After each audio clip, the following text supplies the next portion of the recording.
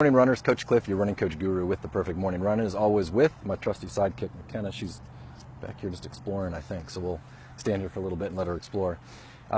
There's a mental technique that I want to share with you that I use several times throughout the day, many times throughout the day, and it's the ability to take a negative thought and turn it into a positive. You have to understand that for so many years of my life, I was just awash in negative thoughts in my head, and that's the reason that we don't become better runners, that we don't be the best parents that we can be, and our spirituality isn't where we want it to be in our business. I mean, all of that is because of the negative thoughts. Understand that thoughts are neither negative or positive, they just are.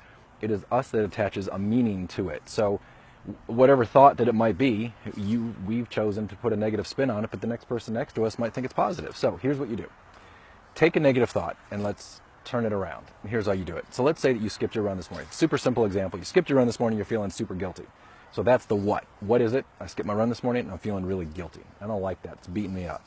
Why is this positive? Skip my run. I'm feeling guilty. Okay, here's an opportunity to not feel guilty about it. You know what? I'm just going to look at this as just a run. I skipped a run this morning. So why is it positive? Well, I'm learning right now. This is giving me the opportunity to learn not to feel so guilty all the time, because that's what happens a lot, right? So what is it? Why is it positive? We just did that. Lesson. What is the lesson we can learn from this? Stop feeling so guilty about something that you did. It's in the past. Let's move forward. Okay, that's a good lesson. How do we apply that to our body, our spirituality, our family, our relationships, and our work or our business? So body, we already did that above. Our spirituality. Well, we feel guilty if we skip our prayers or don't go to church or whatever it is in your spirituality. Stop feeling guilty. You got tomorrow. You got right now, this second moving forward. Forget about it. Let's move forward. And then with your family, maybe you weren't present at dinner last night. You're feeling guilty because you were looking at your cell phone all during dinner and your kids were yelling or whatever it was. And so here's what you do. You think, all right, so here's the lesson, is that I'm going to stop feeling guilty about it. And tonight, I'm going to be really present. And how am I going to do that? What is my intention at dinner tonight?